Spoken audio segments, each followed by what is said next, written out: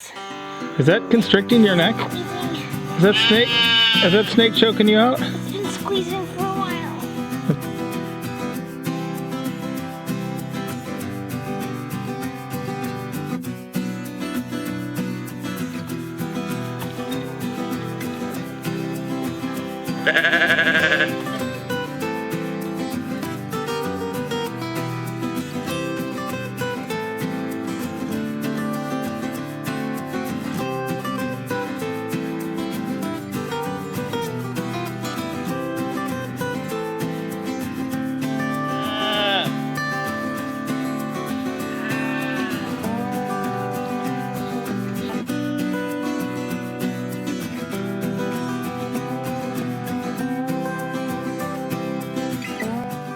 Well, y'all, welcome back to the homestead. I'm Papa Pepper. I'm here with Pinkie-Pepper. We had some people asking recently about our animals. And actually tomorrow, I think I'm going to get rid of about 50 animals. But before I do that, Pinkie-Pepper is going to show you some of the stuff we got going on with some of the animals around here. You ready? Yes. Check this out. So these are some quail eggs in these cartons that we're going to be hatching soon. I'm going to try to fill up this one and then see if I get any extra ones that I can put in, because I can fit like 2 of these trays and a few more in the incubator. And then Oh, look at that color variety too, guys. From like, it looks almost chocolate to not any speckles at all. That's pretty cool. I mean, they're all like the quail colors too. We've had quail pretty much all those colors. once we got, in our last run of eggs, we got one that was like this, but this was blue. And then when they come out, sometimes those brown ones look like purple, right? When they first come out? Yeah, and then they turn brown or something. All right. So these are some baby quail. I can't remember exactly how many weeks they are, but I wrote it down. Okay. But they're already without the heat lamp for about half the day and more than that a lot of times. So Pinkie-Pepper had some eggs and decided, you know what, rather than having the incubator sit empty, I'm going to incubate some. I think this one's Poof. Poof was the poofiest. Oh, wow. But now it's hard to figure out what one Poof is because they look like the rest. Oh, because they're all getting kind of poofy. Boy, the lighting in here is actually terrible. Yeah. Let me That see heat if lamp I makes can. it look horrible. There's Poof potentially. Oh, it wants back in. Yeah, you can put it back in. But these guys don't take long to get up to where we can eat them, and they don't take long to get up to where they lay eggs either. So they start off like a quarter of this size. I mean, they're almost like the size of their head when they start off. But, you know, when I was growing up, I used to get catalogs. I don't even remember what catalogs. They probably weren't even mine. They were my parents' catalogs is what I'm guessing. And the back of some of them, they had where you could order a little incubator and hatch your own quail. I don't know if you guys grew up in the 80s or 90s, but that's how it was. And I always dreamed of that and just never dropped like the $12.99 to do it because, I don't know, I think I got $1 a week for allowance if I did my chores. So obviously I didn't take 3 months worth of work to try to turn into a dozen baby quail. But now some of the stuff that I wanted as a child, just kept it to myself. Now, in the course of events, they're getting to do. And we also have some other babies. Yes. All right, we gotta show you some babies outside where Special babies. the lighting is better. On the way to these outside poultry, look, I got green beans just hanging here.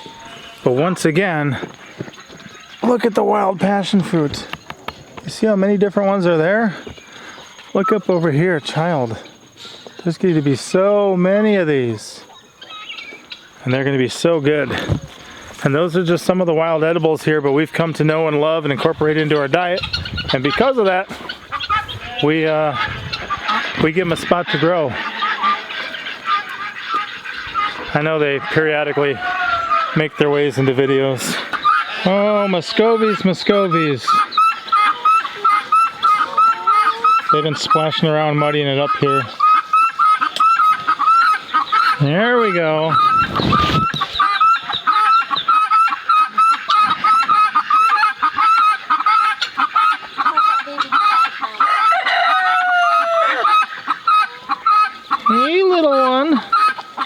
What's going on? What's going on? I don't know, you guys, if you can see my chicken pen, you can see there's just too many chickens in there. And that one next to it is supposed to be guinea pen. Oh, hey. Duckling. Fluffy wants it back. What are you doing in there? Don't get picked on. That rooster's being kind of nice to it, huh? Just looking at it. So, we have a couple ducklings.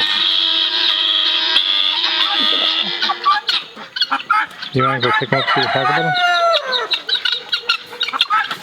Look at those, there's all sorts of chickens in the tree. They're trying to get high enough this way so they can fly out. Oh, is that what they do? They're just climbing up the tree to try to get out? So, like I mentioned in a recent video, after listening to what Mr. Chris from Single Dad Homesteading had to say, I realized not only do I have way too many animals, we're not doing our feed or other stuff as efficiently and effectively as we could. So here's a little Muscovy duck. They are so cute. And the other one's even smaller and cuter. It's just on the other side of the fence. There it comes. Hey, little one. It just cut through the fence. Wow, it's super fast. Yeah. This one's harder to catch normally than this. The baby is? Yeah. Oh. Look at it go, look at it go, look at it go, look at it go. Oh, that was close. There we go. So, you had a story you were telling me about these guys. What was that?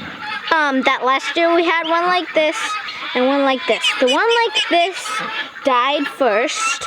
It got killed by something right over on that side of the house. And then we only had this one left, and they look the same as this. This one was Fuzzbug, and this one was Bumblebee. And they were about the same age apart. And then this one got out one day where we were taking a walk, and our dog Blizzard got it and killed it. And then that was the ducklings that we got that year. They both died, but they looked exactly like this. And then this year we got back both the ones that died last year. Wow, and not that we believe in reincarnation or anything, but it's interesting that in all the different ways things could look, we pretty much wound up with the same things that we lost last year this year. So these are some of the ones here, and some of our animals reproduce better than others. Some of them are, if there's too many in an area or stuff, they're not going to do as well than if they have the appropriate amount of space. So I got to work on a number of things here. I see a lot of these low-lying branches and this peach tree and stuff too I got to trim. But part of it is we're going to downsize some of the stuff that we got on hand, and then I'm going to do that tomorrow. I'm going to go visit a number of people, some of them who have established homesteads, some of them who are starting, and unload some animals for them. So that's going to be good. Are they both swimming? They're happy if there's two of them in there. If there's one, they hop out.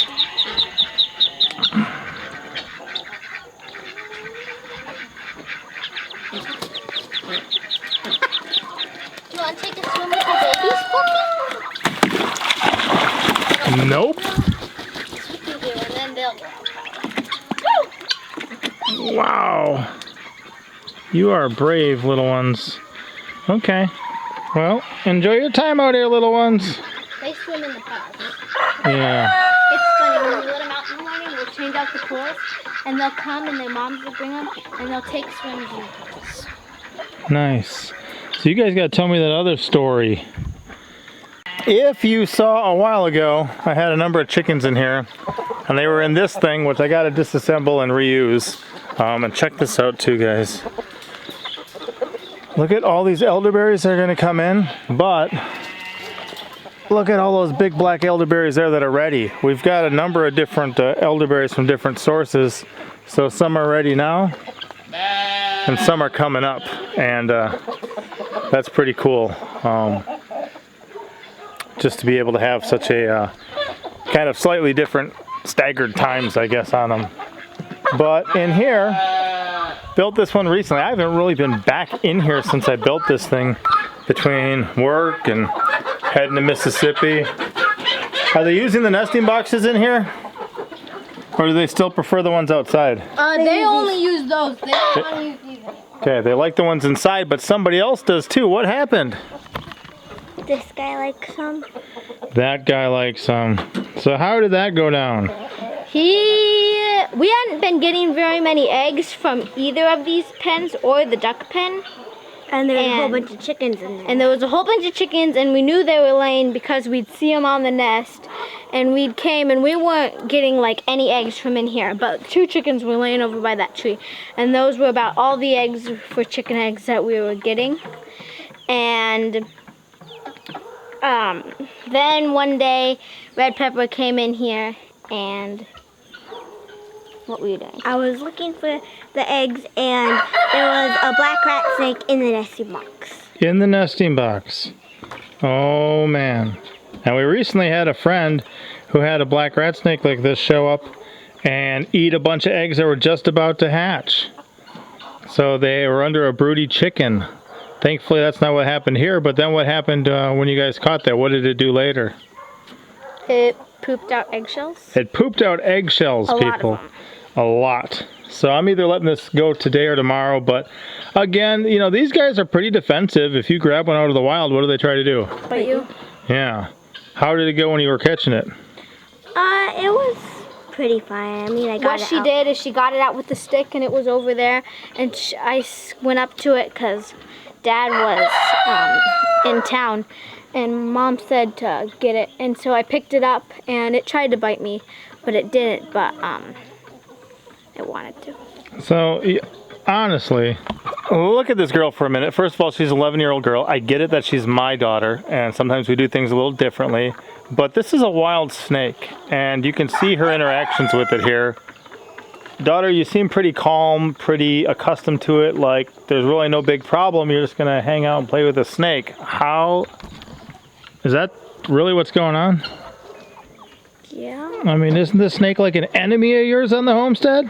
Well, he eats our eggs and different things, but I like snakes. Yeah. And what purpose do things like that serve? He only serve him. Well, what purpose do snakes serve, or what good would that be on a homestead?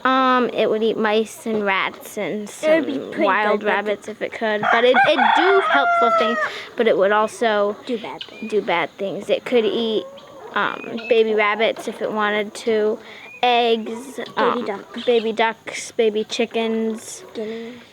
baby guineas, and a lot of stuff.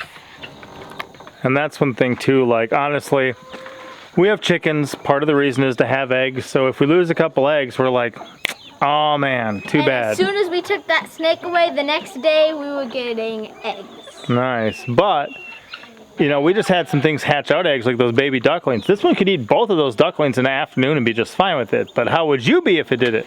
I would be sad. How about you? I would not like that. Yeah, you would not like that. When they come out of the eggs and they're cute already, and then you lose them, that's super sad. So, again, there's not much of a threat here with the snake. It could bite them, but, you know, it's not venomous. They usually chill out pretty easily, and as you can see, it's completely comfortable with her. She's completely comfortable with it. Bring that over here. Do you guys know that the last couple times I went to the post office to go mail out orders for our Etsy store, I heard my voice because they were watching some of my videos and I could hear it when I got there. Check these guys out. That's a vulture. I don't know if that's really a chicken. That's her name. This is Vulture. That is, Look at her. that's her name is Vulture, huh? It's a Oh yeah. I remember when I had a meat chicken with a big old crop and I'm like, uh-oh, it got a growth. I was like, this is terrible. And you were gonna pop it. I thought about it. I didn't know what was going on. This is Vulture, and that is Goldie. So I don't know if you guys remember, once we were trapped and we didn't know if we could get across to go do a trade, but we did go do a trade and we got a couple of turkins. And these turkins, what beautiful, beautiful colors, but they're naked necks. That's why they call them turkins. Wow. And they've been growing. Are they laying yet? I don't think yet. You don't think? But we either got a guinea egg today, or if one of the little hens in there is starting to lay eggs. It's a guinea It was egg. on the ground, so. Cool. And we also have to sort out today to make sure we got some good ones to send to a new home tomorrow. Yep. Watch. We took him to the post office. Oh, that one came with us for a trip to the post office before? I like his Hey, can we go check on your pony while we're here? She's right there. No. Yeah, she's right there. And actually, I'm gonna peek at my blackberry vines here. So we did lose a couple, it looks like, but that's why I planted 2 in each hole. And the ones that are established are growing pretty good. Some of these are getting pretty long. This one's bowing back down, but with the harvest that we get off of these, it's worth our while to grow more and more. Squash bug. I squashed the squash bug. I saw another one. Not sure. So, tell me a little bit about this pony of yours. Are we going in there or are we talking about it here? Yeah, let's go in. Let's go in. Look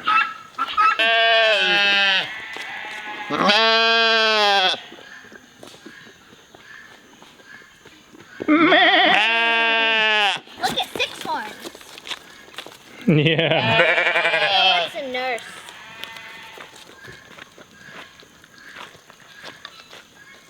That's his sister. Full sister.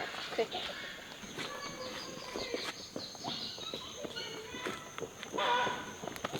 Stay here though. Hey, Patience.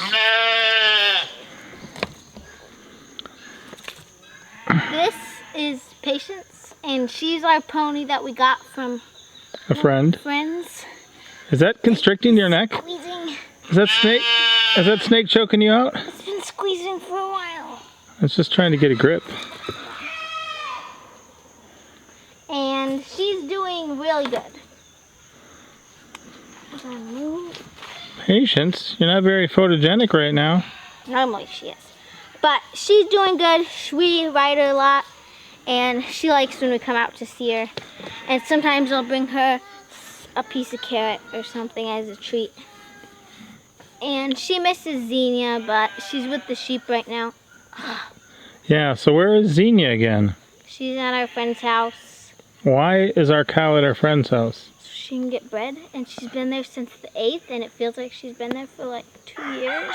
Well, you're right though. At least she's got the sheep to hang out with. And she likes them. Yeah, and she likes companions, having company.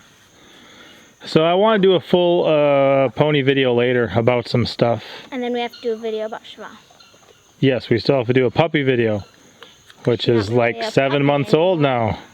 She's already going to be 1 in September. All right. Thank you for watching, and if you'd like to know any more about any of our animals, please ask, and we will do a video or answer those questions. Thanks for watching. Please give this video a thumbs up. Pinky out. Thank you for watching. And the left one. Thumbs up.